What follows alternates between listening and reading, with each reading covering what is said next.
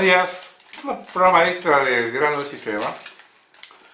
Todo el mundo habla hoy de la OPPT, One People Public Trust, que embargó en el 2012 todos los gobiernos del mundo registrados en la sede de la SEC en Washington, D.C. Todo el mundo habla de esto hoy, inclusive a mí me mandan permanentemente que me comunique, que informe de esto.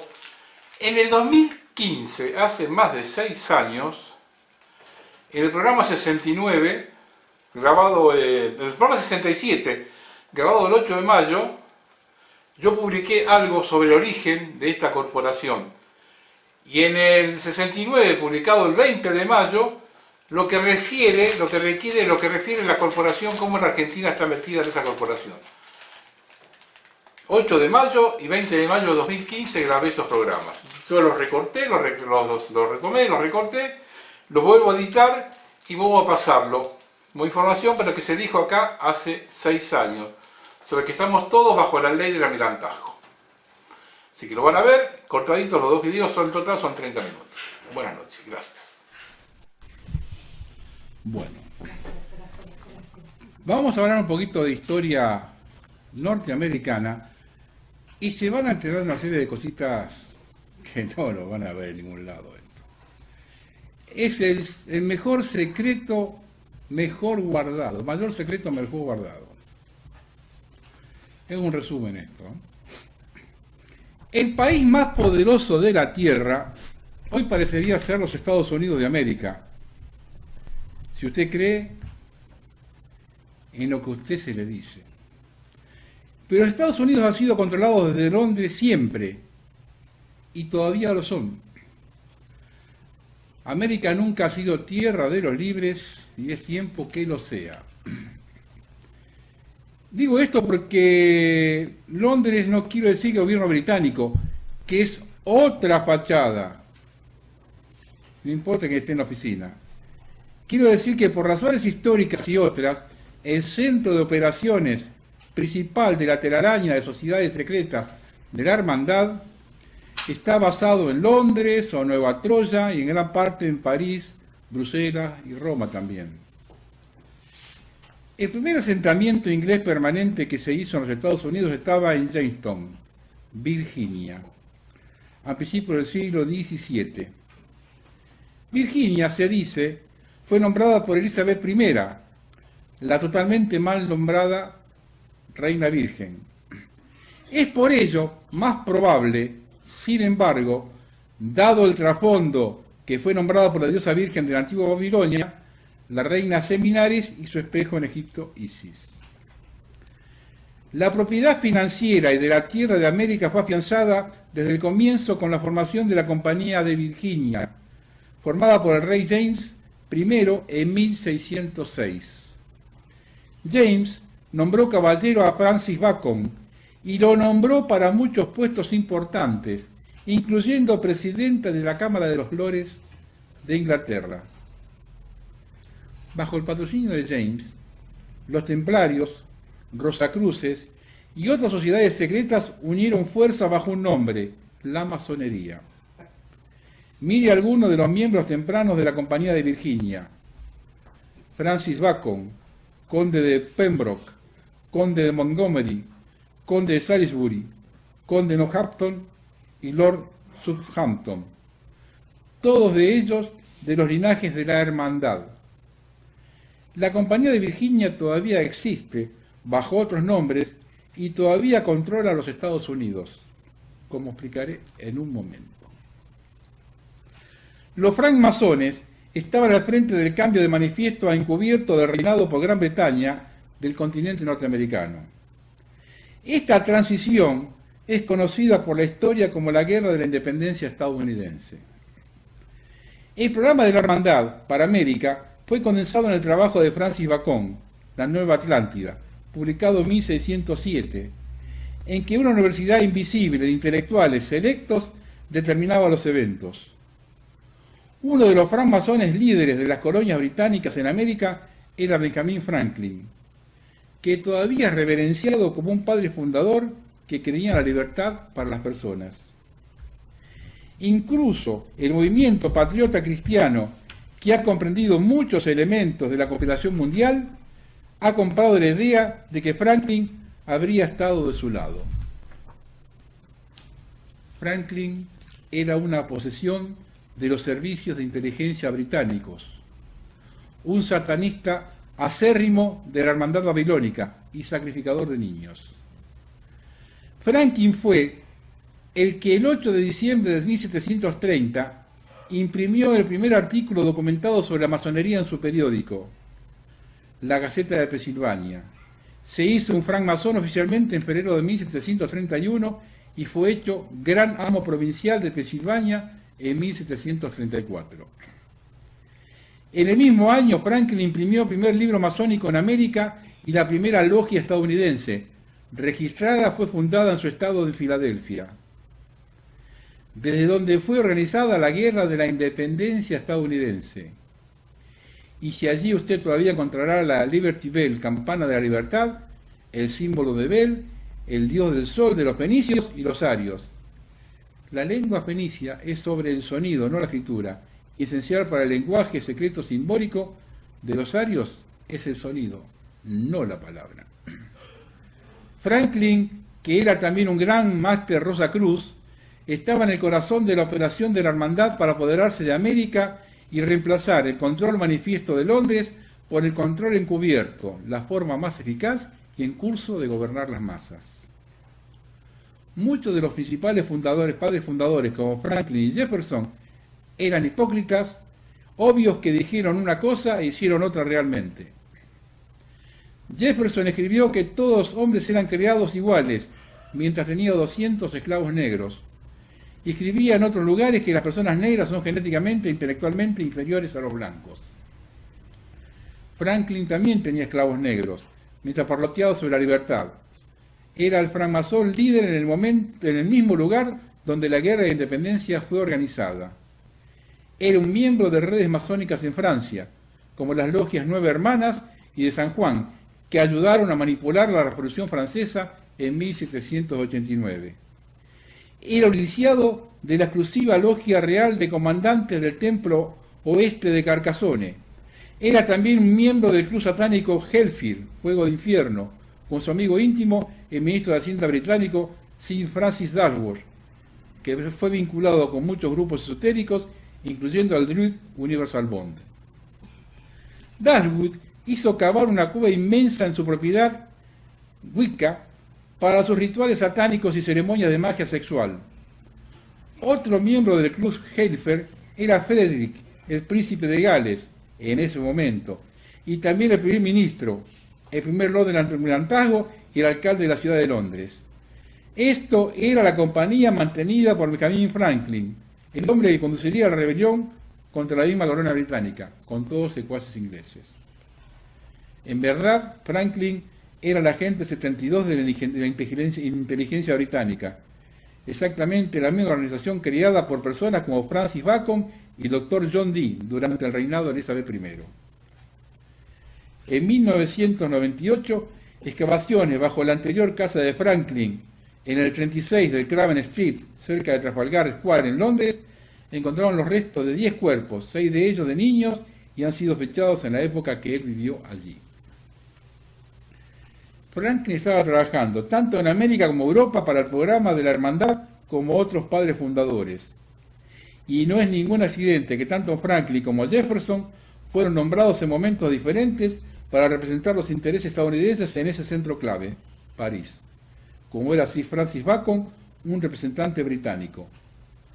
Fueron los contactos cercanos de Franklin con la red de sociedades secretas en Francia los que condujeron a tantos revolucionarios y francmasones franceses como Lafayette a involucrarse en la guerra de independencia estadounidense. Sus contactos subterráneos también aseguraron los servicios del francmasón alemán Baron von Steuß, que servían al ejército de Federico de Prusia. Strebel tuvo un papel importante en la guerra, como por supuesto el masón de alto grado George Washington, la cabeza de las fuerzas estadounidenses y el primer presidente de Estados Unidos de Norteamérica. La mayoría de los oficiales eran francmasones, como eran los jefes y muchos de los soldados en los ejércitos británicos. Lord Godfrey Amstel era comandante en jefe de las fuerzas británicas, combatía contra Washington en la guerra de independencia, todos sus oficiales integraban diversas sectas de la masonería que formaban una red en toda Europa. Esa era la misma red a la que Benjamin Franklin estaba conectado. En pocas palabras, la hermandad babilónica, vía los francmasones, controló y manipuló a ambos lados en la guerra de la independencia estadounidense, justo como lo hacen en cada guerra. Como los historiadores han documentado, la operación militar y naval durante la guerra de la independencia fue increíblemente inepta. No fue que las colonias ganaron la guerra, fue que los británicos eligieron perderla. Ahora podemos ver por qué, y las vías a través de las que esto fue hecho posible. También los regimientos británicos estaban inundados de logias de campos masónicas que se conectaron con sus hermanos en el ejército estadounidense. Gran Bretaña dividió el trabajo entre dos personas, Sir Francis Dalmorth, el compañero satanista de Franklin, y el conde de Sandwich, que fue nombrado primer lord del almirantazgo a cargo de la guerra naval contra las colonias estadounidenses. Y la enciclopedia británica dice que por corrupción e incapacidad, la administración del conde de Sandwich fue única en la historia de la Marina británica. Al tipo más corrupto lo ponen a combatir contra las tropas norteamericanas. Igualmente inepto, a propósito, era el comandante de operaciones marítimas, el almirante Lord Richard Howe, que había sido traído con Franklin en 1774 por hermana de Franklin, una miembro de su red de espías que vivía en Inglaterra. Howe admitió después públicamente que no había dicho a sus superiores de sus reuniones con Franklin. Las semillas de la Revolución de América fueron sembradas cuando la hermandad en Londres se aseguró que nuevos impuestos fueron introducidos y sus representantes en las colonias empezaron a estimular la rebelión contra estos. Los ingleses aumentan los impuestos y representantes de la hermandad empezaron a estimular la rebelión contra ellos. Es una técnica clásica usada durante todas las eras. La historia oficial hasta el día de hoy dice que un grupo de indios Mohawk abordó una embarcación llamada Dartmouth en el puerto de Boston y lanzó su carga vertida al agua. Esto fue llamado la fiesta del té en Boston. A decir la verdad, los rebeldes no eran indios Mohawk, sino miembros de la logia de francmasones de San Andrés en Boston, disfrazados como indios. Fueron conducidos por su director junior, Paul Revere. Este evento no podría haber ocurrido sin el apoyo de las milicias coloniales controladas por los británicos, que habían sido destacadas para proteger al Dartmouth. El capitán de un destacamento, Edward Proctor, era un miembro de la logia de San Andrés. Esta logia fue la primera en el mundo en otorgar un nuevo título masónico llamado el grado Caballero Templario. Otros miembros de la logia de San Andrés firmaron la Declaración de la Independencia. De los 56 firmantes de la Declaración de la Independencia estadounidense, casi 50 eran conocidos francmasones. Y solo uno se sabía definitivamente que no lo era.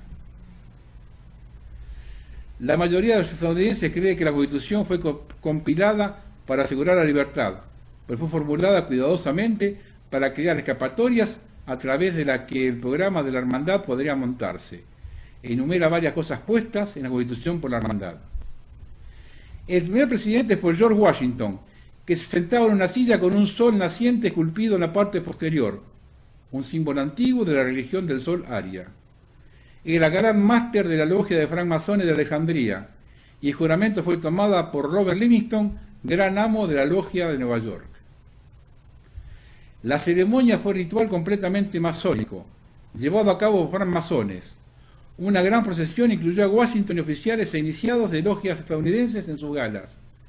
Como la mayoría de los padres fundadores líderes, Washington era de un linaje aristocrático inglés y uno de sus antepasados era un caballero inglés del siglo XII, la época en que los templarios fueron formados.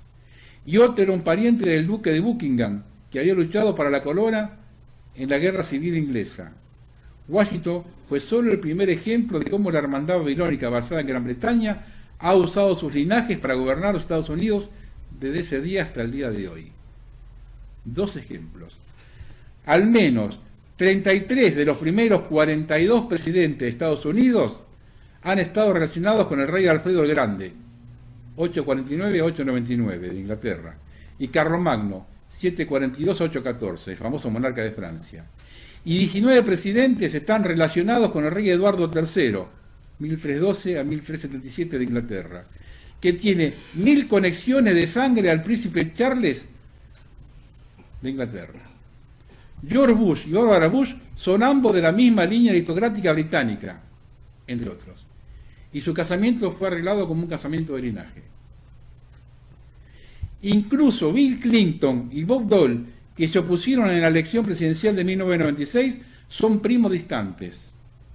Pueden seguir su ascendencia hasta el rey Enrique III de Inglaterra, que reinó de 1227 a 1273 durante los años de la preeminencia templaria, y a presidente de Estados Unidos, William Henry Harrison y Benjamin Harrison. Clinton tiene por lejos más sangre real que Dole, y es directamente descendiente del mismo linaje de la Casa de Windsor. Cada monarca escocés y el rey Roberto I de Francia. Este es el porqué él fue en la elección de la hermandad. Harold Brooks Baker, el director editorial del Burke Speech, dijo: el candidato presidencial con el número mayor de genes reales ha sido siempre el vencedor, sin excepción desde George Washington. Los Estados Unidos nunca han sido libres del control de Londres. De hecho, fueron la creación de Londres. Gran Bretaña y la corona británica ha sido siempre, sí, poseído los Estados Unidos. En 1604, un grupo de políticos líderes, nombres de negocios, comerciantes, fabricantes y banqueros se encontró en Greenwich, entonces en el condado inglés de Kent, y formó una corporación llamada la Compañía de Virginia, en previsión del influjo inminente de europeos blancos, principalmente británicos, al principio, en el continente norteamericano. Su accionista principal era el rey James I, y la escritura de constitución original para la compañía fue terminada el 10 de abril de 1606. Esto y actualizaciones posteriores para la escritura de constitución establecieron lo siguiente. Eso está vigente, señores. La Compañía de Virginia comprendía dos ramas, la Compañía de Londres y la Compañía de Plymouth, o Nueva Inglaterra. La anterior fue responsable de la primera colonia permanente en América en Jamestown, el 14 de mayo de 1607, y la última eran los llamados padres peregrinos, que llegaron a Cape Cod con la embarcación Mayflower en noviembre de 1620, y fueron a desembarcar en el puerto de Plymouth el 21 de diciembre. Los peregrinos del mito histórico estadounidense eran de hecho miembros de la segunda rama de la Compañía de Virginia llamada la Compañía de Nueva Inglaterra. La Compañía de Virginia poseía la mayor parte de la tierra de lo que ahora llamamos los Estados Unidos, y cualquier tierra hasta 900 millas, 1448 kilómetros de la costa. La Compañía de Virginia, la corona británica, la familia de linaje, tenía derechos a 50%, sí, 50% del mineral de todo el oro y plata extraído en sus tierras, más porcentaje de otros minerales y materias primas, y 5% de todos los beneficios de otras empresas. Estos derechos, las cartas constitucionales detallaron, serían traspasados a todos los herederos de los dueños de la Compañía de Virginia, y por consiguiente se continuarían aplicando para siempre. Los miembros controladores de la Compañía de Virginia que iban a disfrutar estos derechos se hicieron conocidos como el Tesorero y Compañía de Aventureros y Plantadores de la ciudad de Londres. Todos los derechos, impuestos e impuestos indirectos pagados sobre las actividades comerciales en las colonias tenían que ser pagados directamente a la colonia británica a través del tesorero de la corona. Ningún comerciante podía exportar artículos fuera de las colonias sin el permiso de la corona británica, y hacerlo involucraría el embargo de todos sus artículos y la embarcación o vehículo que los llevaba. Las tierras de la Compañía de Virginia fueron concedidas a las colonias bajo un hecho de confianza, en arrendamiento. Por lo tanto, no podían reclamar la propiedad de la tierra. Podían traspasar el uso perpetuo del hecho de confianza a sus herederos, o vender el uso perpetuo, pero nunca podrían poseerla. La propiedad fue conservada por la corona británica. Las tierras coloniales iban a ser gobernadas por 2 consejos coloniales, cada uno con 13 miembros, pero el Consejo de los Reyes en Londres tenía la voz final en todas las decisiones. El monarca británico en el trono también elegía al gobernador de las colonias estadounidenses, a quien hoy llamaríamos presidente. Los juzgados en lo penal, escuchen esto, después vamos a volver sobre esto, los juzgados en lo penal en las tierras de la Compañía de Virginia iban a ser operados bajo el derecho marítimo, ley del almirantazgo, la ley del mar, y los tribunales civiles bajo el derecho común, la ley de la tierra. Este es un punto crucial al que vendré un segundo.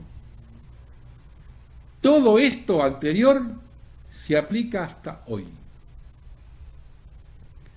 Después que los originales 13 colonias estadounidenses ganaron su independencia y un país independiente fue constituido después de 1783, la Compañía de Virginia solo cambió su nombre a los Estados Unidos de América. Hay dos Estados Unidos. Los Estados Unidos de América, con una U y una S minúscula, son las tierras de los varios estados. Estas tierras, como hemos visto, todavía son poseídas por la colonia británica, como la cabeza de la antigua Compañía de Virginia, aunque hay algo para añadir sobre esto en un momento. Luego están los Estados Unidos de América con U y S mayúscula, que son las 68 millas cuadradas, 166 kilómetros, de tierra sobre el río Potomac, sobre el que se construyó la capital federal de Washington. Los Estados Unidos no son un país, son una corporación poseída por los mismos linajes de la hermandad que poseían la Compañía de Virginia, porque los Estados Unidos son la Compañía de Virginia. Cuando los estadounidenses aceptan tener un número de la Seguridad Social, los ciudadanos de Estados Unidos entregan su soberanía y aceptan hacerse franquiciados de los Estados Unidos, la Compañía de Virginia de la Corona Británica. ¿Por qué lo hacen? Porque no tienen ninguna idea de que esto es lo que están haciendo. Son llevados a creer que hay solo un Estados Unidos y el gobierno federal es el gobierno legítimo. No hay ley que dice que los estadounidenses deban pagar impuestos federales sobre la renta, pero siguen pagando, porque piensan que tienen que hacerlo. La Dirección General Impositiva, Internal Review Service, IRS, controlada por la hermandad, opera de tal manera terrorista que incluso la mayoría de aquellos saben que es un engaño y todavía pagan porque están aterrados de no hacerlo. ¿Manejan eso? Sí. La IRS manejan la compañía, sí. Esto quiere decir que todos los derechos aplicados a los propietarios de la Compañía de Virginia, al oro, plata, minerales, impuestos explotados y pagados en América, todavía se aplican a las familias británicas que poseen los Estados Unidos de América y la tierra de los Estados Unidos de América. Esos mismos porcentajes han sido pagados desde la independencia y están todavía siendo pagados por las personas estadounidenses vía sus funcionarios federales, que son de hecho funcionarios de la Compañía de Virginia, sí, incluyendo al presidente. Y ahora fíjense este detalle. La corona británica posee las tierras de los Estados Unidos y la tierra e instituciones de los Estados Unidos, incluyendo la Dirección General Impositiva, IRS, que recolecta la tributación y el Consejo de Administración de la Reserva Federal. El Consejo de Administración de la Reserva Federal es poseído por las mismas familias de la hermandad. Pero de aquí otra vuelta más. ¿Quién posee las posesiones aparentemente poseídas por la Compañía de Virginia? Respuesta: el Vaticano. El 3 de octubre de 1213, el rey Juan Citierra, como el rey de corporación de Inglaterra único, reclamó la autonomía sobre todos los derechos soberanos de Inglaterra y los asignó al Papa, quien, como vicario de Cristo, reclamó el dominio sobre el entero mundo. A cambio, el Papa concedió potestad ejecutiva a la corona inglesa sobre todos sus dominios. ¿Y quién controlaba al rey Juan? Los templarios. En otras palabras, la corona es la jefa ejecutiva y el Vaticano es el propietario, aunque por supuesto, el verdadero propietario es quien quiera que controle el Vaticano. Esto es el porqué que sigo diciendo que de que Londres es el centro del nivel de operaciones de la hermandad. Dije que la Compañía de Virginia y el rey James decretaron que las cortes criminales en las colonias serían controladas por el derecho marítimo, ley del almirantazgo, la ley del mar. ¿De qué tribunal marítimo estamos hablando? El Tribunal Marítimo Británico, por supuesto. Cuando un tribunal está siendo hecho funcionar bajo el almirantazgo o la ley marítima, la bandera en la corte tiene que tener un fleco de oro alrededor de ella. Miren cualquier juzgado en lo penal en los Estados Unidos y verá que tienen un fleco de oro. Lo mismo con muchas otras construcciones oficiales. Estos juzgados en los penales estadounidenses están siendo dirigidos bajo el derecho marítimo británico.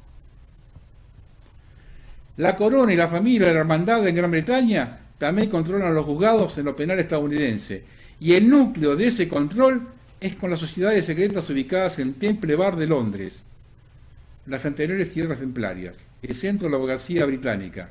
La gran logia de la masonería inglesa está en la calle Gris Queen, Gran Reina Isis Seminaris, en Londres, y ha controlado la mayoría de la masonería a través del mundo desde que fue formada en 1717. A través de esto, los arios británicos controlan los jueces estadounidenses, los abogados, policía, y etc. Y a través de otras organizaciones como el Consejo de Relaciones Exteriores, el CFR, y la Comisión Trilateral, manipulan el sistema político estadounidense. Los jueces norteamericanos son completamente conscientes que en sus salas de tribunal son controladas por el derecho marítimo británico, pero se conservan silenciosos y toman el dinero. La familia Rockefeller son los directores de la sucursal de linaje en América para las oficinas centrales de Londres, y son los Rockefeller los que muy demostrablemente deciden quién va a ser el presidente. En otras palabras, la élite de Londres decide. La reina de Inglaterra, el príncipe Philip y los miembros principales de la familia real británica, todos saben esto y están ayudando a organizarlo. ¿Quién es el gran amo de la logia madre inglesa de la masonería? El primo de la reina, el duque de Kent.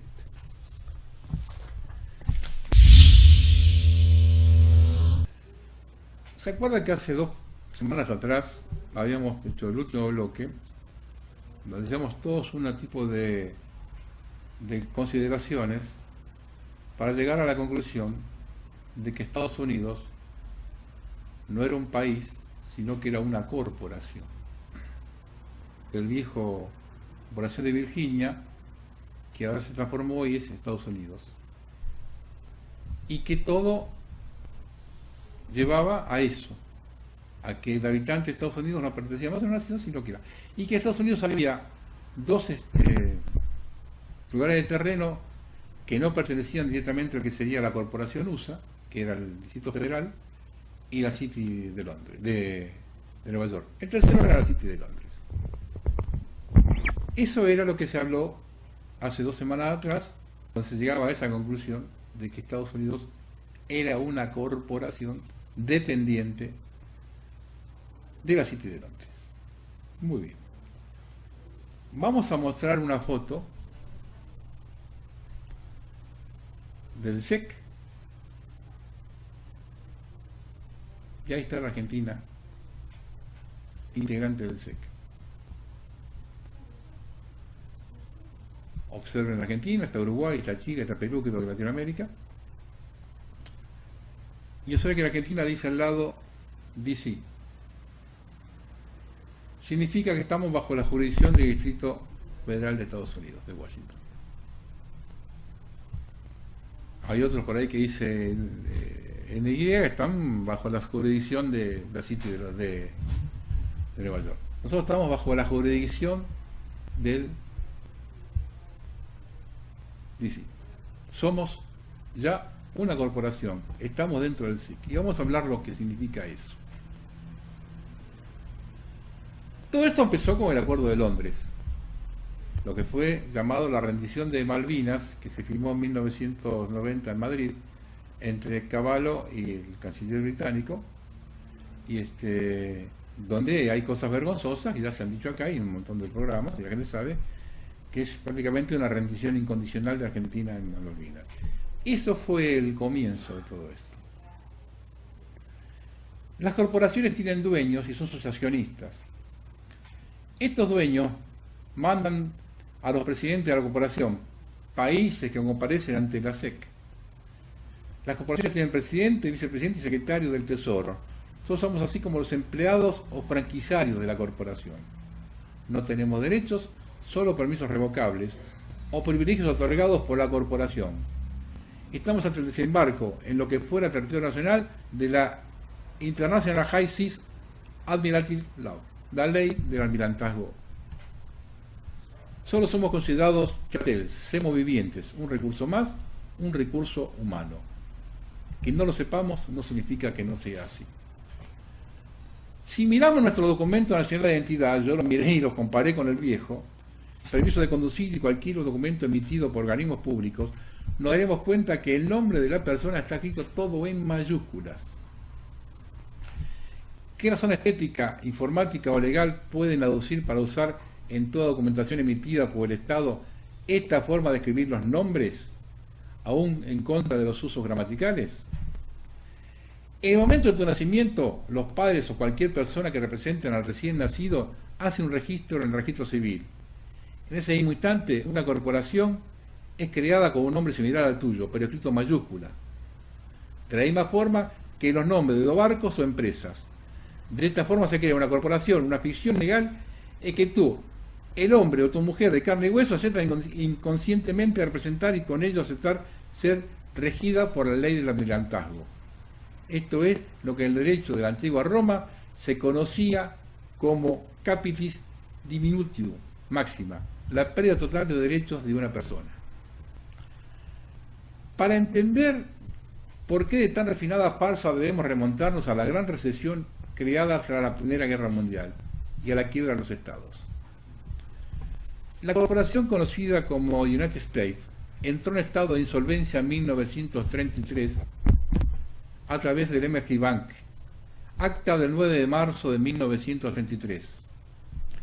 Para poder funcionar funcionando, la corporación USA ofreció a sus empleados, ciudadanos, a la Reserva Federal como garantía de la deuda. En 1933 se introdujo la arbitrariedad del registro de nacimiento y el certificado de nacimiento funge desde entonces como título de valor, parecido a las acciones en la bolsa. Su valor se corresponde a las ganancias promedio que se esperan de una persona a lo largo de una vida promedio, proveniente de su fuerza de trabajo, ideas creativas, experiencia, consumo, impuesto, enfermedad y las que aún se les pueden ocurrir. Ya que el dólar, el euro y en general las monedas ya no están vinculadas al patrón oro y son creadas por los bancos centrales privados, la Fed, el Banco Central Europeo, y son simples letras de cambio que representan una deuda, estas solo están cubiertas por el crédito involuntario de las personas le dan a su Estado con el registro de su nacimiento y con la energía en forma de trabajo esclavo con la que sostenemos el sistema. De este punto de vista, en Argentina, esta creación de una corporación que pasa a ser representada por el hombre o mujer de carne y hueso y espíritu, salta a la vista si nos detenemos a observar que el número asignado a Documentación Nacional de Identidad es idéntico al número de identificación fiscal necesario para ejercer actividades comerciales. Esto es así. Antes no era así. Antes solo tenía un número de documento y un número del impuesto a las ganancias. Ahora está todo incluido en el mismo número. Uno se da cuenta en su momento. Porque esto empezó en la época de Menem. Cuando sacó el quit, empezó en la época de Menem. El único documento.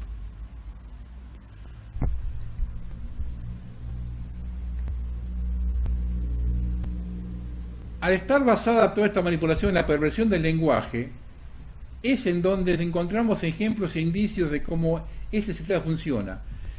La mayoría de estos términos suelen venir del inglés, como los tristemente famosos daños colaterales, collateral damage. Colateral tiene en inglés también el significado de garantía de una deuda, por lo tanto se refiere a la pérdida de una mera mercancía. El término recursos humanos nos recuerda que somos considerados como un bien a administrar, una parte más de los recursos de una corporación.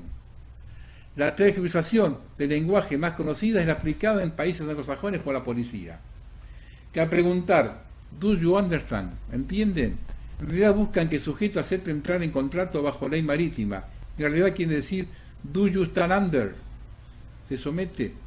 Esto es un juego de lenguaje que es aprendido por los agentes en la práctica y probablemente sin saber por completo sus connotaciones al ser ellos solo parcialmente conscientes de la profundidad de la manipulación del sistema. Nos afecta en que ya no existe el Estado soberano a nosotros, y este se encuentra completamente sujeto al SEC, al Banco Mundial.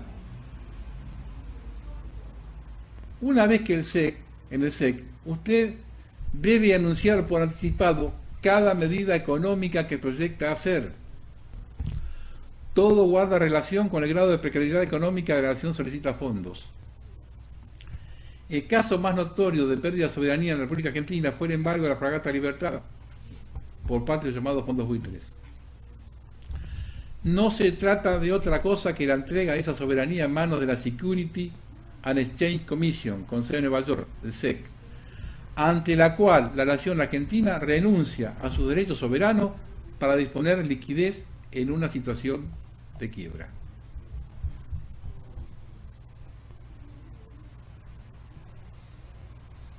Con respecto a la validez internacional de las resoluciones del UCC, Uniform Commercial Code, hay que volver a recordar que la ley marítima del almirantazgo es comercio, es dinero, es liquidez, por lo que el UCC refiere a la mencionada ley marítima del almirantazgo: comercio, negocio, contratos, seguros, corporaciones, dinero, cheques, etc. Este modelo UCC sería un poco el Código Unificado de Comercio de Estados Unidos, de que se ha dicho que es el código de menor unificación de todos, el que da menor posibilidad de unificación.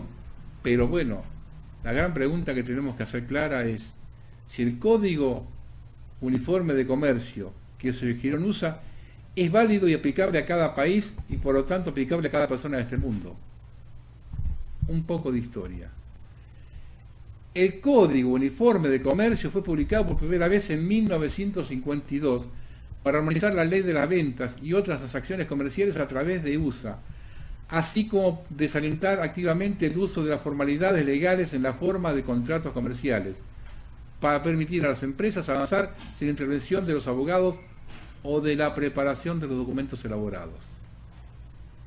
Sin embargo, es importante saber que para todas las naciones y los estados de este mundo que de alguna manera se convirtieron en empresas legalmente registradas con la SEC de Estados Unidos, significa que todas las resoluciones de la UCC son legalmente aplicables a todas las naciones convertidas en entidades corporativas y en las que cada una de sus empleados de esa nación corporativa, ciudadanos, también son reconocidos y tratados como empresas legales. Están registrados legalmente como corporaciones y que equivalen a navíos comerciales, cuyo valor puede ser tratado y vendido como chattel. Un buen recurso movible. Esto está relacionado con la mayusculización de nuestro nombre en nuestros documentos y contratos.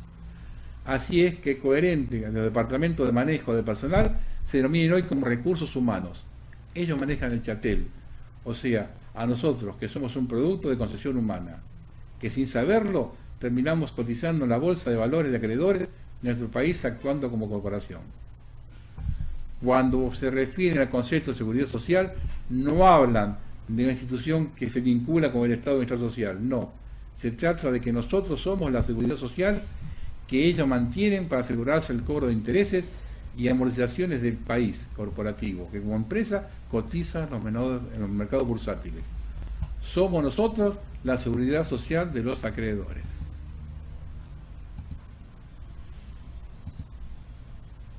¿Se dan cuenta, no?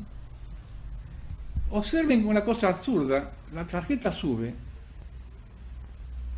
que la tiene prácticamente todo el país, esos datos fueron mandados a Londres. Uno no le da importancia, fíjese. Esto es donde nos llevó nuestra diligencia. Pero nuestra diligencia nos llevó ahí solo, o nosotros le dimos todas las posibilidades.